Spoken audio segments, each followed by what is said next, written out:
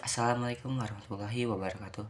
Halo semua, perkenalkan saya Bagas Dwi Prayoga dari kelas 127 absen 2 guys. Oke, jadi di sini saya ingin menjelaskan materi tentang pengembangan desa dan kota. Sebelumnya, apa sih pengembangan wilayah itu? Pengembangan wilayah adalah upaya terencana untuk meningkatkan kualitas hidup masyarakat melalui pemanfaatan potensi sumber daya alam, sumber daya manusia, dan sarana prasarana secara berkelanjutan. Pengembangan wilayah mencakup wilayah desa dan kota yang memiliki karakteristik potensi yang berbeda serta permasalahan yang berbeda. Oke, di sini saya ingin menjelaskan tentang pengembangan desa terlebih dahulu. Apa itu pengertian desa? Desa adalah wilayah sebagian besar penduduknya bermata pencarian di sektor pertanian, memiliki ikatan sosial yang kuat, serta kehidupan masyarakat yang bersifat tradisional. Oke, yang kedua, tujuan pembangunan desa yaitu yang pertama ada meningkatkan kesejahteraan masyarakat untuk desa, yang kedua mengurangi kesenjangan antara desa dan kota, dan yang ketiga mengoptimalkan potensi lokal desa, dan yang keempat yaitu untuk mencegah urbanisasi berlebihan. Oke, apa sih potensi untuk desa? Oke, potensinya yaitu yang pertama ada sumber daya alam. Sumber daya alamnya itu seperti pertanian, perkebunan, perikanan, dan kehutanan. Yang kedua dari sumber daya manusia yaitu tenaga kerja lokal. Yang ketiga, dari potensi sosial dan budaya, yaitu adat istiadat dan gotong royong. Ya, yang keempat, ada potensi wisata desa, yaitu wisata alam dan budaya. Yang keempat, saya akan membahas strategi pengembangan desa. Yang pertama, pembangunan infrastruktur desa, yaitu seperti jalan, irigasi, listrik, dan internet.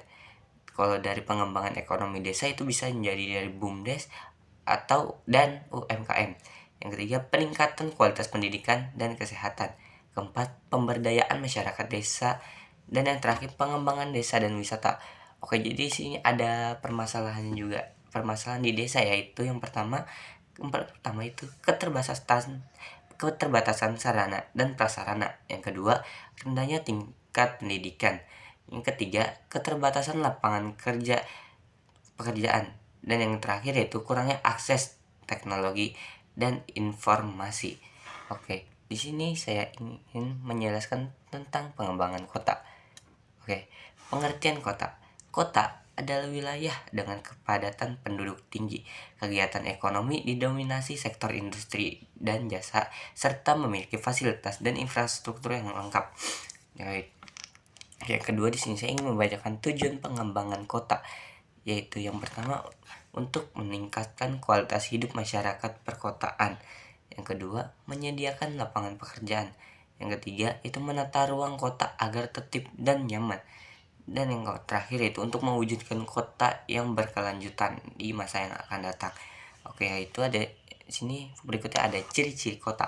Yang pertama, ciri-ciri kota itu adanya kepadatan penduduk yang tinggi. Kedua, aktivitas di perkotaan itu ekonomi sangat beragam. Yang ketiga, infrastruktur itu rata-rata di kota itu sangat lengkap. Dan yang terakhir, mobilitas penduduknya tinggi. Yang keempat, saya ingin membahas tentang strategi pengembangan kota, yaitu penataan ruang kota atau tata guna lahan. Yang kedua, pembangunan transportasi massal. Yang ketiga, penyediaan perumahan layak. Yang keempat, pengelolaan lingkungan kota. Dan yang kelima yaitu pengembangan kota pintar atau bisa disebut smart city. Itu itu yang kelima saya ingin membahas permasalahan kota.